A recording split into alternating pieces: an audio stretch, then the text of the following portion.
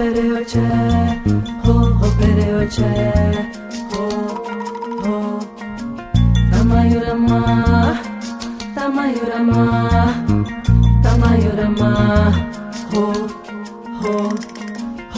pereoche, ho pereoche, ho pereoche. Que agora, acho que nós, a segunda geração, é aprender a gente aprender a criar com isso.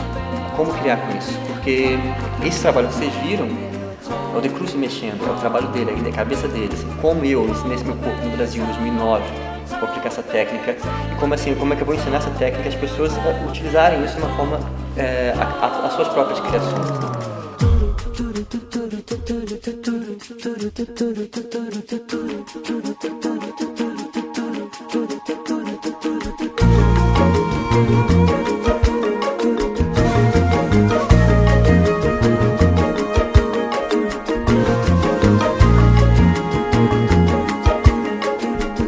Eu acredito que é preciso um conhecimento profundo dos princípios dos exercícios e uma boa articulação dos exercícios, para que a gente possa realmente transformar um ator intérprete em um ator criador.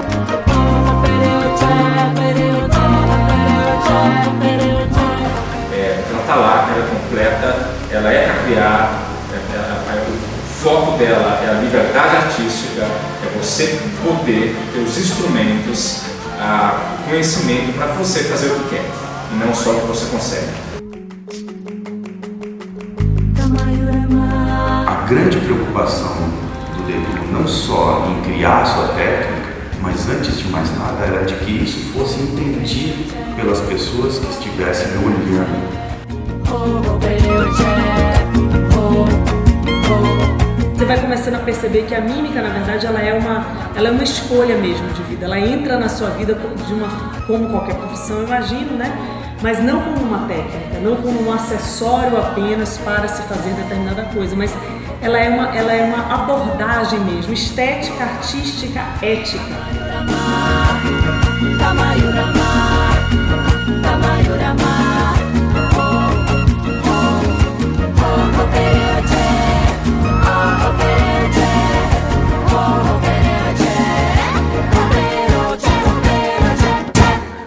Eu tenho 50 minutos de fita, fica à vontade, tá vendo?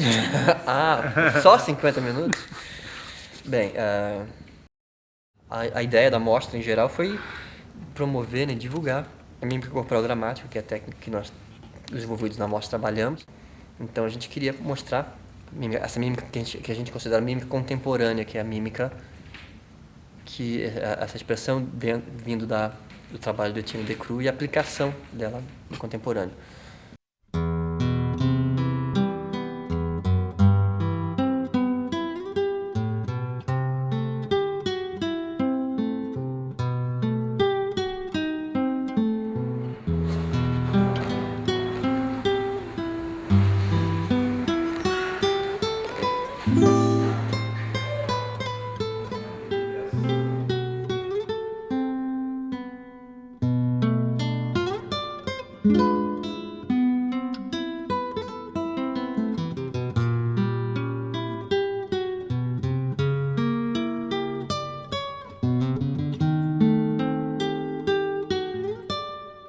O grande ganho dessa amostra toda, a palavra é encontro, porque foram encontros desses profissionais, encontros de palavras, de pensamentos, de ideias, de informações, tanto para o grande público, né, também, mas principalmente para essas pessoas que raramente têm essa oportunidade de conversar, de trocar informações tão a fundo, eu acredito que tenha sido gratificante para todos que estiveram reunidos, presentes, participantes dessa amostra. A mímica sempre apareceu na história como necessidade, não como por falta da palavra. Pela falta da palavra acabava aparecendo os mímicos. E Herondas, por exemplo, ele perdeu a fala, ele tinha que fazer alguma coisa, ele usou o corpo. Acho que o ser humano é um pouco preguiçoso nesse sentido. Assim, quando você não tem mais como falar, você vai explorar o corpo. E os primeiros a utilizar uma espécie de mímica também foi a comédia dell'arte. A comédia dell'arte ela tinha esse problema, os caras viajavam a Europa inteira. E só na Itália tinha 60 dialetos. Só na Itália, imagina no resto da Europa. Então, eles não falavam todas as línguas da cidade que eles iam, então tinha que ser uma coisa corporalmente muito forte. Tinha que ter cenas que não precisavam de palavras. Também imagina você fazer um espetáculo sem microfone numa feira livre na Europa medieval, como é que devia ser, né? Ou você usava muito a expressão mais corporal, ou ninguém te entendia. Em vilarejos diferentes, culturas diferentes. Mas a mímica enquanto arte em teatro mesmo apareceu, na verdade, na França. Tinha os comediantes italianos, eles estavam... a França tinha o lado A e o lado B, o lado A, o lado nobre, o lado B, o lado para o povão. E quem dominava o lado B eram os comediantes italianos. E um desses comediantes, o mais famoso na época, ele fez uma piadinha de mau gosto com a amante do rei da França na época, e ele proibiu os caras de falarem. O teatro classe B não pode mais falar. Aí os caras ficaram numa situação complicada, eles não podiam falar para mandar eles em volta para a Itália. Então eles rapidamente desenvolveram um teatro que não falava. Aí nasceu a pantomima, como a gente conhece hoje em dia, esse estilo, que era a aplicação dos personagens de herança da comédia dell'arte, o Pierrot, dentro de um contexto que não podia falar, porque senão era preso.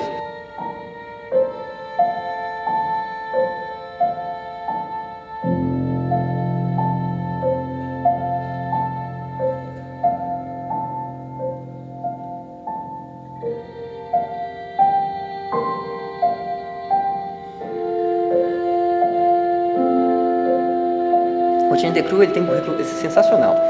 Ele foi estivador de porto, ele consertou carroça, ele foi enfermeiro, açougueiro, e trabalhou em construção. Ele lida assim, não lida sindical, mas ele trabalhava com movimento trabalhista, ele era um cara super ligado à política.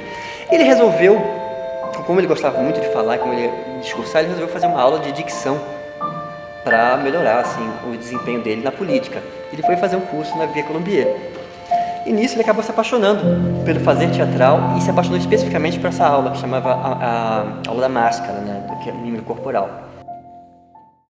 E o Decroux, a sorte que a gente tem, ele teve tempo de desenvolver uma técnica. Ele começou nos anos 30, antes, não vou agora me estender, mas ele já era ator, trabalhou muito em cinema, trabalhou em teatro, enfim, já vinha de uma trajetória até que ele resolveu realmente desenvolver essa arte, né? Esse ator, ele é capaz de construir sozinho uma obra de arte? Ele se disse não, porque ele só é capaz de reproduzir aquilo que o homem faz no cotidiano. Isso é cópia. Então, o trabalho desse homem foi esse, de edificar e dar os meios para que o ator fosse capaz de construir uma arte própria. Para isso, ele tinha que conhecer os seus instrumentos de expressão, o corpo. Ele não inventou isso. Já Foucault, por exemplo, começou antes dele ainda na Rússia, a gente sabe que Stanislavski, também tiveram a preocupação de reformar o ator para poder reformar o teatro. E o Foucault, dentro desse trabalho, vendo os atores em cena, atuando, e aquilo tudo parecia muito falso para ele, quando terminou o trabalho, veio a faxineira e começou a limpar o palco. E ele disse que era tão verdadeiro o que ela fazia, era tão necessário, ela fazia o que precisava ser feito, e ela fazia de verdade. E ele tomou isso como base. Então ele começou a expulsar a mentira do teatro. Porque eu acredito de fato que não tem um corpo para mímica, né? Não tem. Assim, qualquer corpo é um corpo que pode entrar nessa loja. E o Decroux começou essa pesquisa dele voltada ao corpo, assim, a criação de uma gramática corporal. Ele não quis criar mais um treino para o ator, porque ele não estava só preocupado em criar um novo ator, ele estava preocupado em criar uma nova arte. Ele não queria melhorar o ator para o teatro do seu tempo, ele queria implodir o teatro do seu tempo e criar um novo. Né? Então, em que o ator é central, né? O ator é o foco, por isso é uma técnica para o ator. Ele se apresenta e depois, nos anos 60, ele volta para Paris e diz, não, eu preciso realmente criar essa técnica, criar essa arte, e se fecha nesse porão. Daí para frente, ele cria diversos espetáculos, mas ele não se preocupava mais em apresentá-los. Ele se preocupava em criar, desenvolver um cientista, de fato, um poeta cientista. Ia desenvolvendo com os principais assistentes e de vez em quando convidava algumas pessoas para assistir, ele mesmo fazia as peças, de vez em quando filmavam e tal, mas ele não tinha mais essa preocupação em perder tempo, né? Em perder tempo, ele queria criar essa história. o ser humano em ação. Então, ele, inspirado pelas esculturas de Rodin, que ele via às vezes sem cabeça, sem braço, sem perna, e ainda se identificava aquilo como sendo um corpo humano, ele entendeu que na hierarquia do trabalho físico de um ator, o tronco deveria ser, digamos assim, a parte do corpo sobre a qual a gente tem que se debruçar com mais e mais e mais empenho.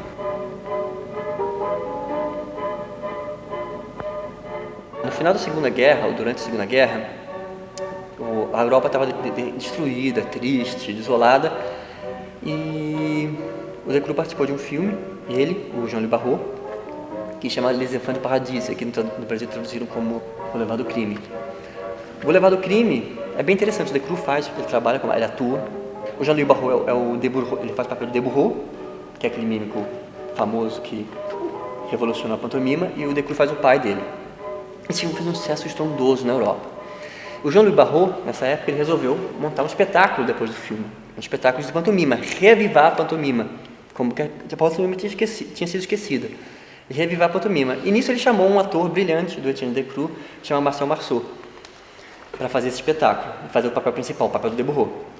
Acabou esse espetáculo, o Marceau falou, é isso aí, pegou essa estética da pantomima de 2 séculos atrás, recriou com a técnica, a técnica que ele vinha estudando, e criou um personagem bíblico, que voltou a criar melodramas e virou referência de mímica. Acabou virando referência de mímica. Hoje em dia, eu falo problema Marceau. Eu admiro, eu trabalhei muito tempo com uma técnica mais voltada ao trabalho do Marceau. Nós chamamos de problema Marceau porque virou uma referência muito forte. E o Marceau fez uma escola, montou uma escola que criava Marceauzinhos, a escola do Marceau. Então você entrava na escola do Marceau, você saía fazendo as cenas do Marceau. 3 coisas para mim no mundo valem bem mais do que o resto. Para defender qualquer delas eu mostro o quanto presto. É o gesto, é o grito, é o passo. É o grito, é o passo, é o gesto. O gesto é a voz do proibido escrita sem deixar traço. Chama, ordena, empurra, assusta, vai longe com pouco espaço. É o passo, é o gesto, é o grito, é o gesto, é o grito, é o passo.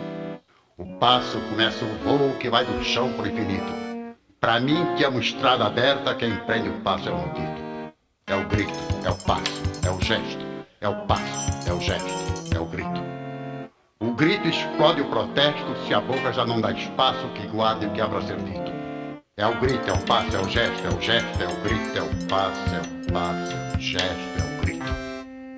O ideal, na verdade, de qualquer técnica é que a gente possa se apropriar e construir coisas, né? Como os meninos fazem, enfim, né? A gente vai fazendo coisas novas e coisas que têm a ver com o nosso universo e não necessariamente com o universo de Etienne Decroux. Dentro da mímica a gente trabalha com 4 áreas, né? Dentro da mímica de Etienne Decroux, 4 disciplinas. Uma é a disciplina da técnica, né? Então, o estudo técnico, como o instrumentista faz, né? As escalas. Uma segunda disciplina dentro da mímica é o estudo do repertório, né? A gente estuda o repertório, o legado escrito de Etienne Decroux, de novo, uma comparação com a música, como alguém que estudasse piano vai aprender lá uma sonata de Bach, né? Então, nesse sentido, assim, é uma apropriação desse repertório que já existe. Um terceiro nível de estudo é a improvisação. Então, a aplicação dos princípios que a gente estuda na técnica dentro de exercícios de improvisação. E a última disciplina, que tem sido o meu foco de pesquisa, é justamente a composição. A composição cênica no teatro é justamente a montagem de qualquer coisa. É isso. A composição cênica visa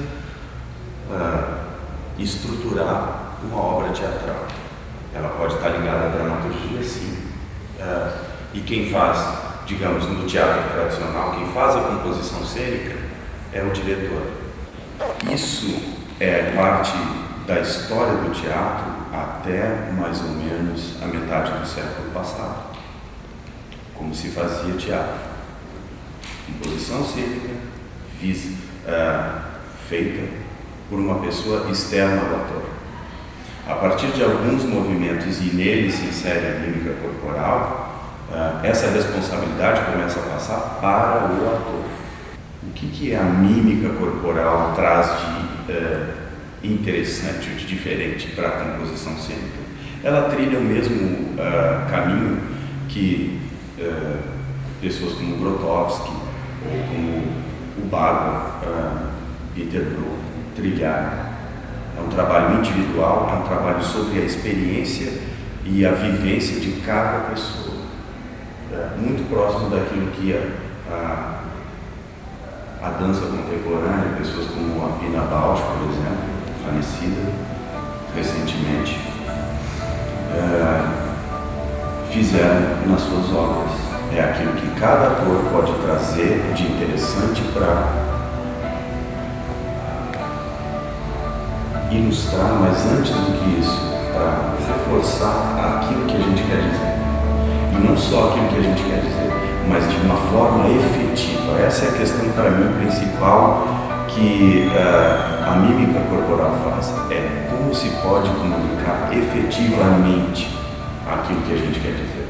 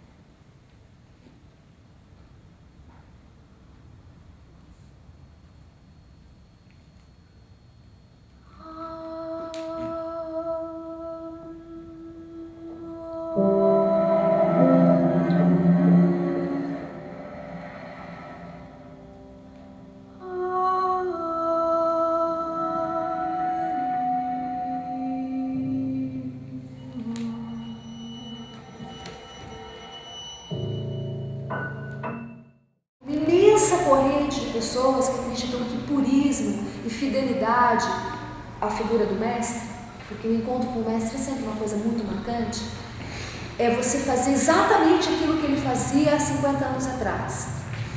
Eu acredito que não. Eu acredito que é preciso um conhecimento profundo dos princípios dos exercícios e uma boa articulação dos exercícios, para que a gente possa realmente transformar um ator intérprete em um ator criador. Não um ator que executa as ideias de um diretor, um ator que executa as palavras de um texto, mas um ator que cria a partir de um texto, a partir da ideia de um criador. E isso significa, então, lutar, vamos dizer, contra uma grande leva de pessoas que acham que a reprodução dos exercícios como uma fórmula é suficiente para a formação. Eu chamo isso de adestramento. Para mim, formação, pedagogia tem um outro significado. Significa justamente levar o ator, através de um aprendizado longo, sistemático, muito disciplinado, a articular todo o seu ser. Porque o ator vai em cena com todo o seu ser presente. Sua voz, seu corpo, sua emoção e sua imaginação. É só sabendo articular todos esses elementos juntos e não de forma fragmentada, como é feito frequentemente nas escolas de teatro, é que eu acredito que a gente pode ter uma boa formação. Também no teatro, muitas vezes, existe um conflito entre técnica e espontaneidade, porque as pessoas acham que a técnica tira a espontaneidade. Eu não acredito nisso, de maneira nenhuma. Eu acredito que a técnica permite fazer o que você quer, o que você pode. E essa é uma condição de liberdade fundamental para qualquer disciplina artística, para qualquer forma de expressão. Então, realmente, os pontos que eu mais gostaria de chamar atenção é isso. O movimento pelo movimento não é um movimento dramático. Talvez se a gente pudesse distinguir a dança do movimento dramático, da mímica corporal dramática, é essa. A dança não precisa de uma razão para dançar. Ela se justifica por si mesma. No teatro, não. No movimento, tudo precisa de uma justificativa. Tudo precisa de uma motivação. Então, eu diria que a mímica corporal é o estudo detalhado e sistemático de todo o movimento humano em todas as situações da vida em que o homem não dança. É exatamente isso. É o movimento do trabalho, sobretudo do trabalho. É o movimento da luta. Mas é também um movimento não produtivo, que é um movimento de educação, se cumprimentar, se levantar, sair, estar à mesa, conversar. Para Etienne Decroux, o objetivo dele não era fazer uma ginástica incrível e impressionante, muito pelo contrário. Ele dizia: a mímica tem que estar presente e invisível. A gente não vai em cena para ficar ao serviço da mímica, ao serviço da técnica. A gente vai em cena para fazer que, através dos movimentos, a gente possa mostrar aquilo que acontece no interior do ser humano, como a tradução do pensamento. Na verdade, ele vai estudar todas as ações físicas, tudo que faz o homem, como empurrar, bater, socar, pegar, colocar, tudo isso, não pela ação em si. Quer dizer, o importante para mim não é socar um objeto para mostrar que eu sei socar bem um objeto, é se isso traduz a minha raiva, a minha revolta, a minha alegria. O que isso traduz? Ela aponta para a gente que o fazer teatral é uma manifestação muito maior do que essas coisas efêmeras que a gente chama de espetáculo.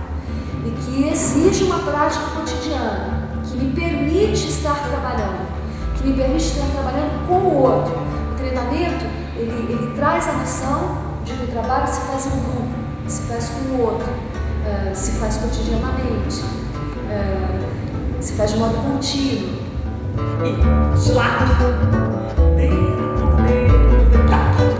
então, peso, coluna, contra dupla supressão, vai dobrar o cotovelo. E respira o último recurso, o busto. Perde. E volta. Esse é o exercício do mímico. Aprender a fazer com seus músculos a tradução da luta que é a luta dramática propriamente. Só que como Decroux acredita que o que é visto em cena é o corpo do ator, esse corpo precisa estar educado a realizar o drama, percebe? A estabilidade que se requer numa arte marcial, porque o objetivo é derrubar o outro e não cair, não se requer na mímica. O que se requer na mímica é uma base instável. Por quê? Porque a base instável é a tradução do conflito no corpo. E o que é a mímica? Teatro físico. E o que é teatro? Conflito. Entendeu? Então, nosso conflito primordial é esse aqui: lutar contra a gravidade terrestre. A relação coluna, boca, foco, levantar-se, andar, voltar, tudo isso é extremamente delicado. Vocês vão perceber agora. Fazer. Por que é delicado? Porque a gente está dilatando, certo? Então, a dilatação da sua presença através do seu empenho em fazer com que isso aconteça é que faz com que o público veja você de uma maneira diferente em cena, percebe? E Decroux acreditava que só valia a pena ir para a cena para ser diferente do cotidiano. Porque a gente tem que saber até onde a gente é capaz de ir no máximo. Porque, repare, sabe qual é a definição de mímica? Mímica é tudo que é toda a sua capacidade de se movimentar entre um máximo de energia colocado e um mínimo. Todo matiz, como fosse matiz de cores, né? Entre essa palheta aqui de máximo de energia até o mínimo de energia, digamos, ainda dramática. É nesse trânsito aqui que a gente vai desenvolvendo as nossas ações e contando as nossas histórias.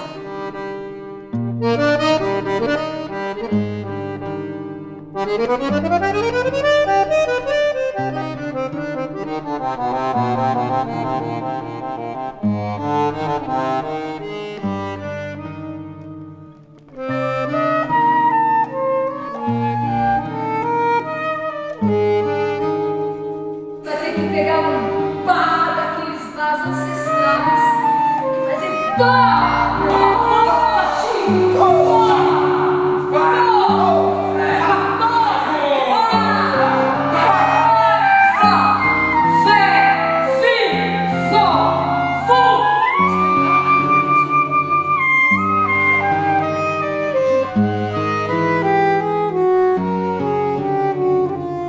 A dança é uma coisa natural do homem, como a mímica é. Agora, como a da dança, também tem a técnica da dança e a técnica da mímica. Essa é a grande confusão que eu acho, que a dança é muito clara. Assim, tem dançarino, tem dança, todo mundo vai para uma boate dançar. Mas todo mundo sabe que existe a categoria dança. Na mímica ainda meio misturado, meio confuso essa coisa da mímica, mas tem uma técnica, é um estudo também. É uma especialidade, como a dança, a mímica é uma especialidade. Porque o corpo não é um instrumento só na técnica do Reiki, né? Essa história de o corpo ser um instrumento que você domina, não, ele é uma orquestra inteira, com diversos instrumentos, e você tem que saber controlar todos os instrumentos e ser o maestro dessa grande orquestra.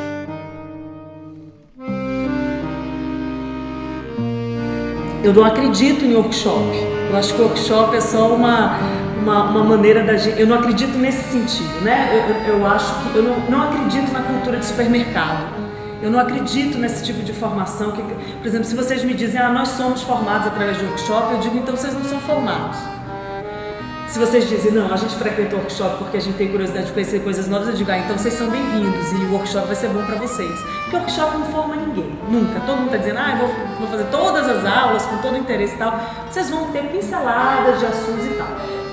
A arte, seja ela o piano, a dança clássica, o balé, né, ou qualquer outro tipo de dança, a pintura, tudo isso se faz ao longo de muitos anos. O teatro se faz ao longo de toda uma vida. A gente não sai de uma faculdade formado, né? A gente sai teoricamente formado. A gente não sai de um curso de mímica de 5 anos que seja formado. Eu estou me formando. O ator precisa de um esforço sobre-humano, extra cotidiana, para conseguir sintetizar no seu corpo aquilo que a palavra faz para a gente o tempo todo.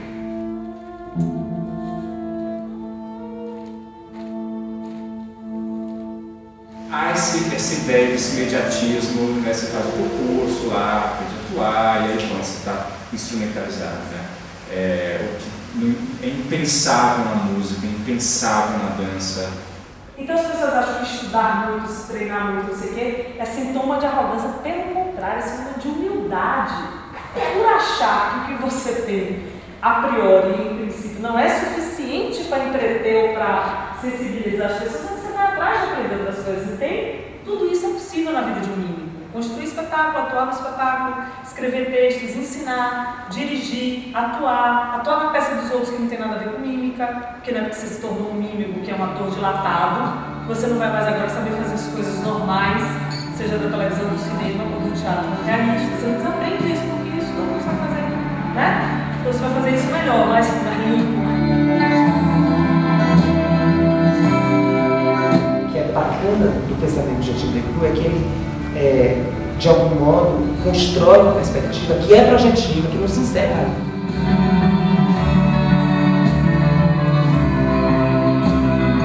A experiência com o ensino e a aprendizagem da mímica é absolutamente transformador em vários sentidos.